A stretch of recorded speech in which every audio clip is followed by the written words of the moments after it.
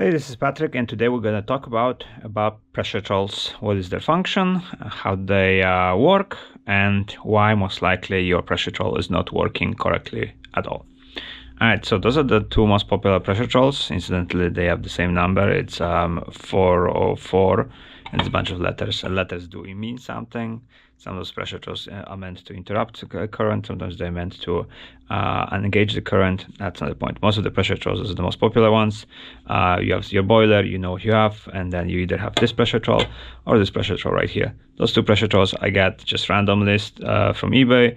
Kind of like to show you around so that you know we can explore them and talk about it and kind of be less afraid of them.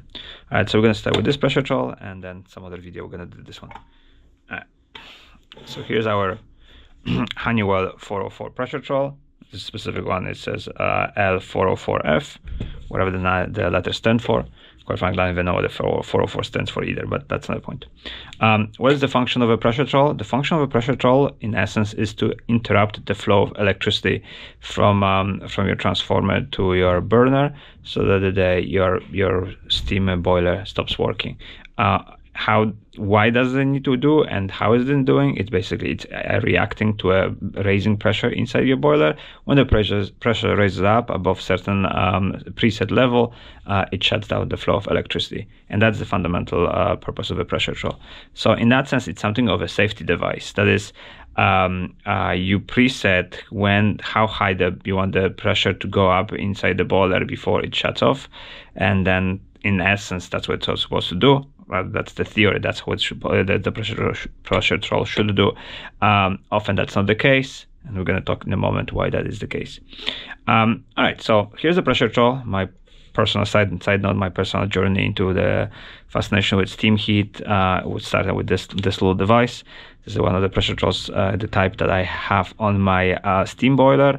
And I was always fascinated by all those different scales and all this kind of like something that looks like if you touch it too much, if you screw the thing in wrong way, then all of a sudden the whole system will stop working, or worst thing can happen, an explosion of a sort, which of course is not really possible with your steam boiler, or at least not realistically speaking.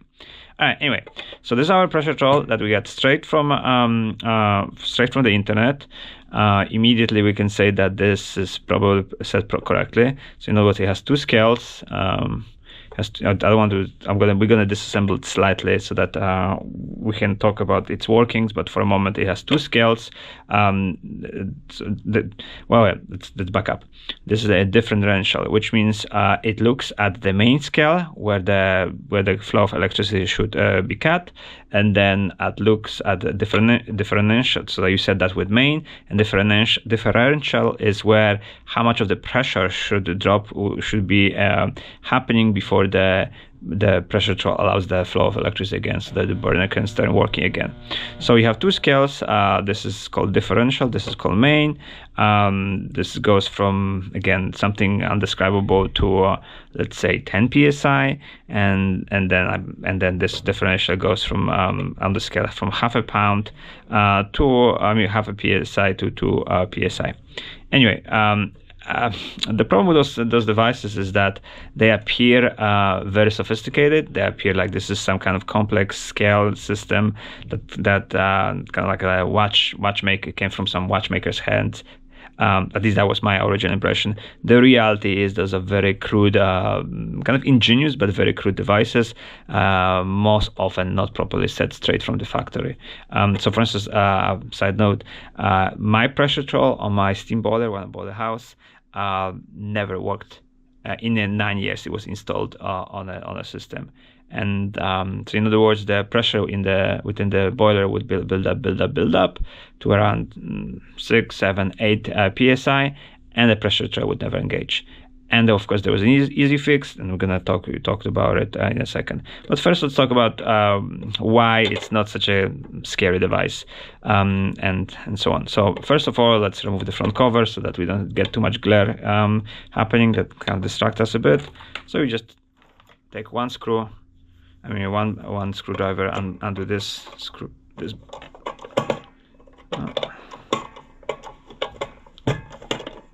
And just remove this plastic front cover. It's that simple. Now, inside As I said, you have two scales, you have some witness markings straight from the factory right here, and in the back as well, you have some witness marks on this very important hole that we're going to talk about what it does in a second.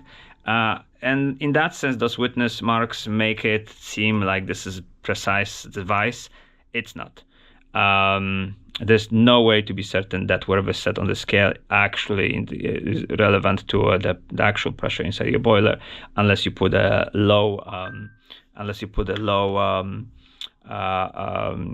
scale gauge on it, and we're going to talk about it in a second. But let's talk about the basic the working. So you have the switch basically, and the electricity goes to one pole and comes out through the other, and it's a closed circuit. So in other words, the electricity comes in, goes through this, and goes wherever it's supposed to go on your system. And then it has a switch at the very bottom of it. You can't really see it, but it's somewhere down there. And then you have a diaphragm, rubber diaphragm right here at the bottom here, under this thing, and it's very simple to see it. You just undo those two screws. We might actually do it at some point, and you carefully open it, and what there's a rubber diaphragm with the little metal bolt attached in the middle, and as the pressure from the boiler enters through this opening, the diaphragm raises up, pushing on through all those levels, pushing on the bottom of the switch. And if you're gonna hear a click when I lift the, you hear that? There's a switch there, and when the switch is engaged, it interrupts the flow of electricity to your boiler. It's that simple. Then somewhere, let's see if I can maybe get the better light. Does it help a little bit? Somewhere behind there, you basically have two springs, one bigger one attached to the main and one smaller one attached to the differential. Okay, and that spring is being controlled, or rather being controlled via those two screws, and by screwing it in and out. And then obviously the pressure changes as well on the scale, so that means you would need more pressure to enter this opening right here to engage this switch. And then the other spring is countering that. So in other words, the idea is that the pressure enters, pushing this rubber diaphragm, and then engages the switch, and the other spring is trying to disengage the switch at certain preset spring tension. In essence, it's spring tension. It's not pressure. I mean, in essence, it's trying to describe the pressure, but it's basically one spring tension against the other spring tension. One main one much more delicate ones. And that, in essence, it's working. The problem with it is that there is a screw hiding behind this cover right here. It's a simple screw, in and out screw, and that allows you to adjust the tension of this whole device on our switch. And that means that's the kind of adjustable aspect. So in other words, you're not only adjusting the tension of the spring, but you also adjust how far the level has to go before the switch engages. And that tends to be the problem. So in other words, there are two problems. That A is that scale is borderline meaningless, and two, that because that scale relates to, in essence, this tension as well. And in theory, if in a precise world of the precise factory, those things will be perfectly related. So whatever it says, if it says 2 psi, then there has to be 2 psi entering this device, and then at 2 psi the spring engages. The level engages, and the circuit is broken of flow of electricity. Unfortunately, that's not the case. This is not a precise device, basically. So now, how do we know it? So here we have some kind of preset main. So that means, okay, based on this right now settings that I just adjust for a moment, it's let's say between 3 and 4, 3.5 psi. So I would need 3.5 in theory, 3.5 psi entering this device before the level engages. That's very nice. Let's just test first of all whether the level can engage this level whatsoever. And I guess I'm going to push on this level with my screwdriver. So I'm exercising some pressure. I'm pushing right now to the maximum. If you notice, I'm being quiet. There is no sound of the switch doing its thing, because in essence you should be hearing something like this. You hear that? Click, click. So right now the circuit is disengaged, and when I let it go, it's going to engage it again, the electrical circuit. That's it. So in that sense, Again, I got this Pressuretrol from eBay. Of course, it's in a very nice condition. Basic testing tells me that this Pressuretrol never in the length of its existence ever disengaged the boiler. That's just the reality of it. As I said, the same happened with my boiler. For 9 years of the boiler's existence, my Pressuretrol never disengaged the boiler. So that means, well, it's not necessarily a totally terrible thing, but at the same time, steam pressure boiler in a residential use should not work at 5-7 psi that my boiler sometimes would reach. So in that sense, yeah. Now, how do I fix it? Well, I fix it by two ways. A, you need to know actual pressure going in your system. So in other words, your Pressuretrol is attached via the pigtail to your boiler, but still, again, as I said, those numbers are meaningless. So you need to put some kind of low pressure gauge. So I'm gonna, let's see, where's my little nifty device. So this is just a test device right now. So, but in essence, you have a 1 to 5 gauge, and so you could basically put something like a T right here, and then attach the splitter somewhere, the gauge as right here, and then the whole contraption you attach via the pigtail to your boiler. And then the next time you watch, let's say, the pressure building up, and again, remember, it's important to use something with 0 to 5 psi, or maybe 0 to 3 psi, whichever low pressure gauge you get. You cannot just rely on the gauge that comes with your boiler, because most of the time it's 0 to 30 psi gauge, and the proper pressure within your boiler or residential boiler system should be something kind of 0-ish to 2 psi maximum. So in that sense, on that typical gauge that you have attached to your boiler, you barely see any movement of that of the needle. So you need something like this, 0 to 5 or 0 to 3 psi gauge attached to the system. And then when the system is running, you can slowly see this what's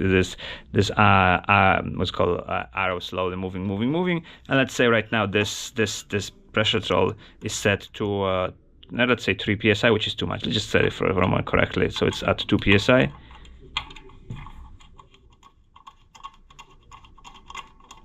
So the indicator shows right now 2 psi. Don't worry about differential for a moment. Although actually, let's just do it. So the typical setting should be like something like, let's say the main is at 2 psi. So that means the pressure raises up to 2 psi, and then cuts off at 2 psi minus differential. So right now, what that means is that 2 psi minus half a pound.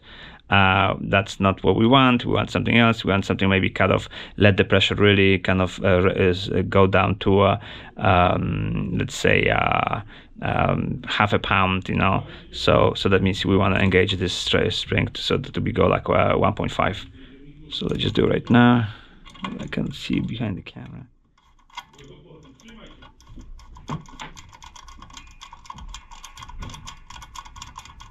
All right, we're getting there.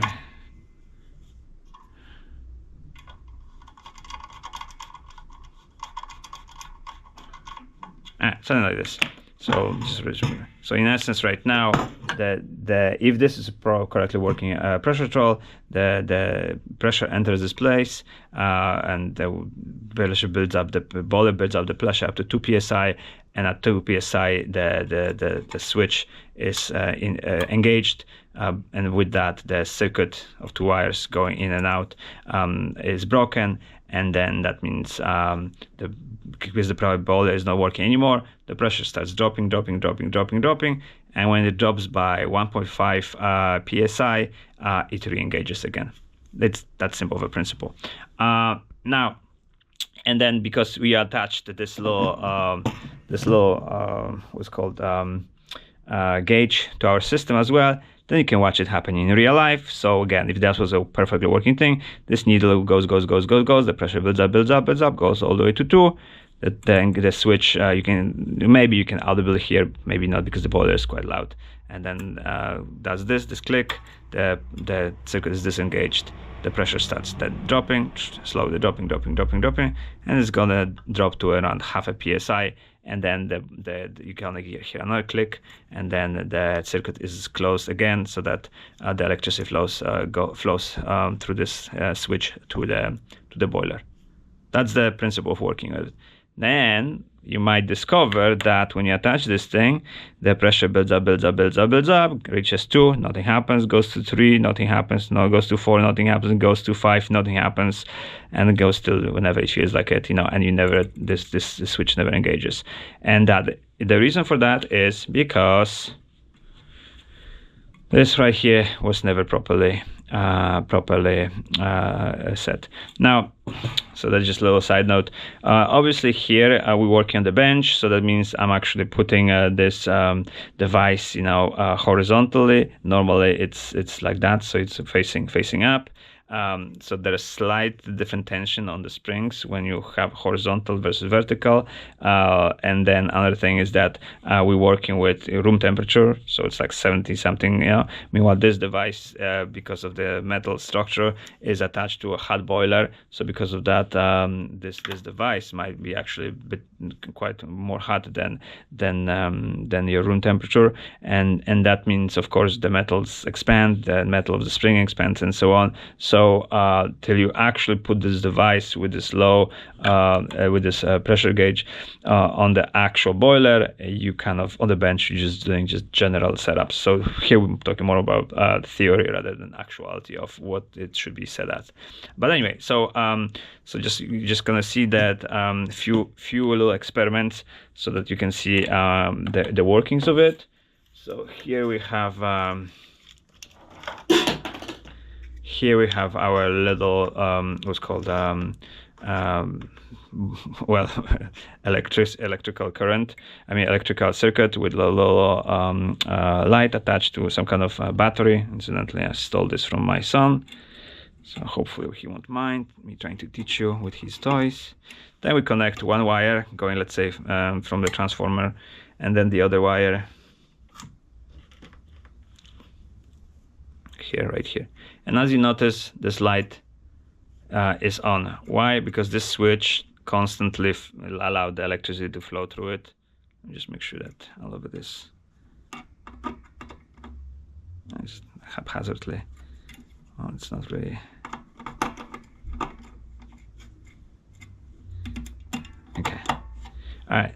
So now the boiler is working, and then the pressure builds up, and then at some point we're gonna hear the switch, a click, and this should go off. There you go. And then the pressure now goes down. You're gonna hear another click, and that thing is gonna go on. Yeah, that's the basic principle. So now let me show you this very Pressuretrol that we basically barely touched, straight from the quotation mark someone else's boiler. We're gonna put it on our little test device with our gauge, and what happens when we build a little bit of pressure with this little pump. So let me just reconnect some of those wires.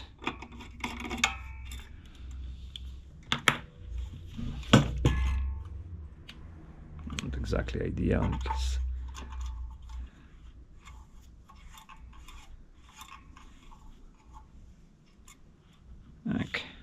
okay. This, something like this, so you can see the actual pressure. All right, and then let's connect those wires.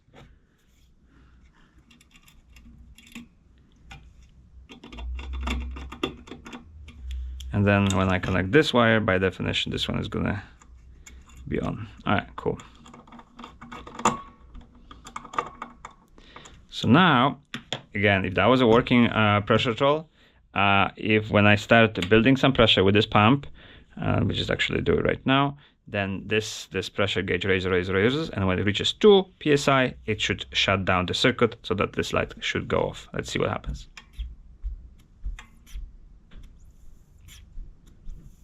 Well, we had 5 psi, and the light, that means the boiler is still on. Notice that there's some movement happening in this within that thing. So you know the device itself somehow is working. It is trying to do something, but cannot because there's not enough tension on that screw in the back of this Pressuretrol that I showed you before. So to do that, we would have to just remove this.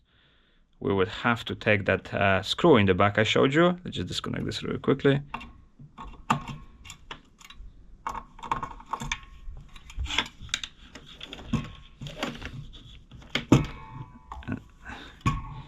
Take the screw right here. Of course, it shows that, oh yeah, nobody touched it before. So we remove this.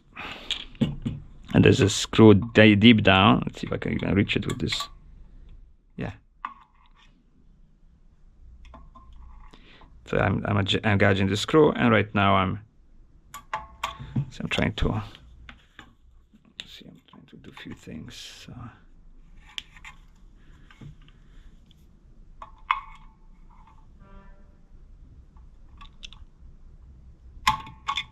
Oh, it's so stubborn. I have to cut this video so that. But in essence, the screw itself is quite deep, so it's not exactly easy to see. So that's why it's. Let's see if I can. So it's not exactly the easiest of an adjustment, and I'm sure it's not so easy to do when. Let's see. Okay. Okay, so I just screw in like half a turn. Let's see if you can hear the click. Ah, there you go. There was a click.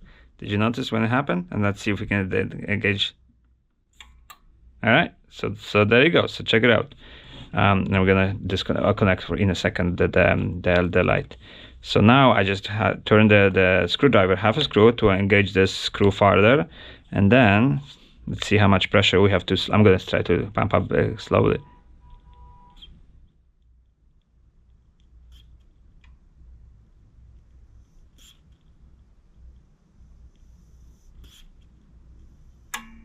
That's at 2.5. So it's almost close. And let's see how. So at 2.5, it goes to how when it allowed the circuit to break to engage again. Okay, so it goes from 2.5 to around 1. So that's about. So that means basically that the problem is with our thing is that it's still engaging slightly too late. So let's see what happens if we can screw the screw just maybe like a little farther, a little more. Okay, I'm back. I just got just get another turn on this Pressuretrol. Let's see if we can find the one.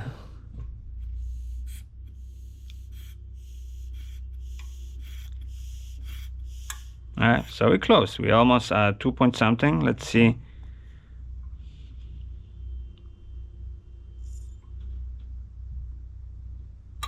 Okay, so it shuts down right now when it goes to the very zero. So that's good. Let's try it one more time.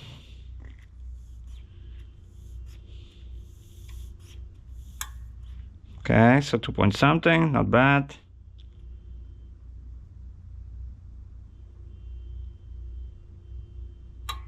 All right, so it shuts down. So it seems, once again, let's see how imprecise this thing is. It just shows 2 here. The spring shows 1.5, so it should shut down. If the circuit is broken at 2, it should be open the circuit again at 0.5, but it's not.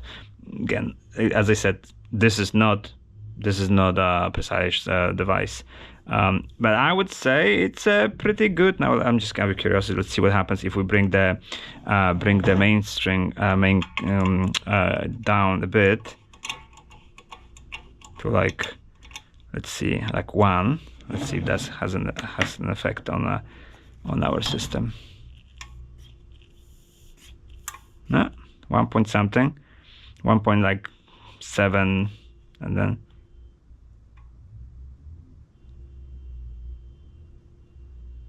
And so our differential is too high.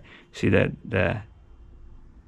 I never had a click of basically the thing engaging again. So let's adjust this a bit. So maybe to something like 1. Once again, can you just none of this you can do by simply believing those scales.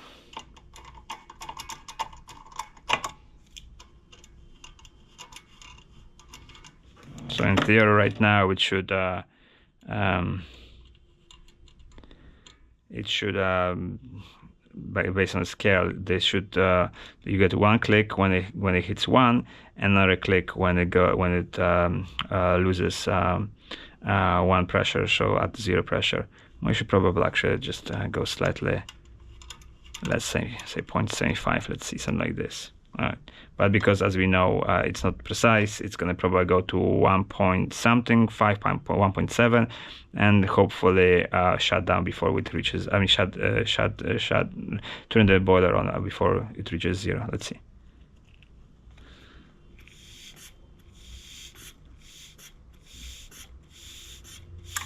Alright, so that's 1 click, and then let's see.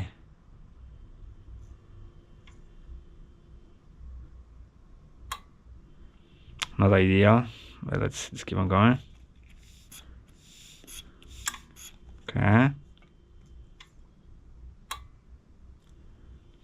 Again, not ideal because you know, it reaches beyond 0, so the boiler might be still off. Let's see.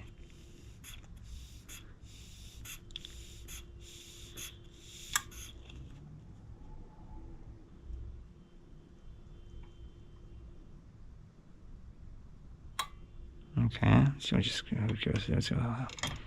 when it moves this differential in the opposite direction, whether we're going to shut it down a little better.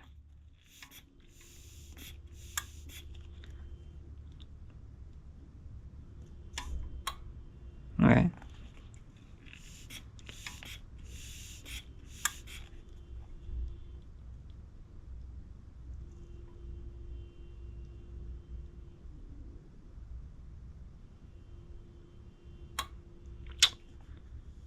Not ideal.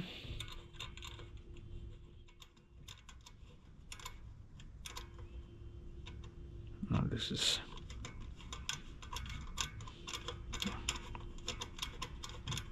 technically I'm going something irrational, but let's see how it works.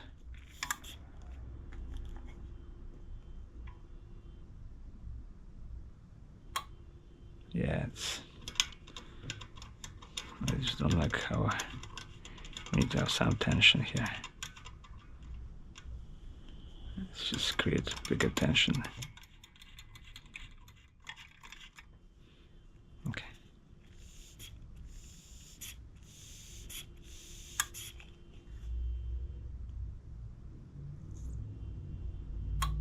Okay, I'm liking it more. So 1.5, the circuit is broken. Okay, and before it reaches 0, it re-engages the circuit. And now we have a working Pressuretrol. So let's connect our boiler to see how it's working, because I know you guys don't believe it till you see it.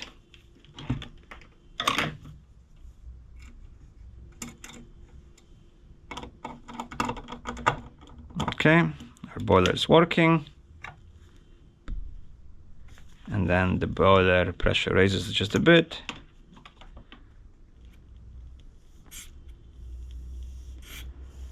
All right, now the boiler is off because it reached certain pressure, and now the boiler the pressure in the boiler slowly falls down.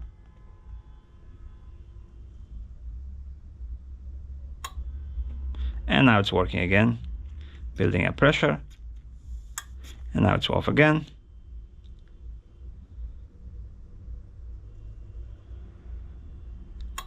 And now it's working again. Now it's off. Now it's on again, based on this and based on those two things. And now you get a working Pressuretrol. It's really that simple.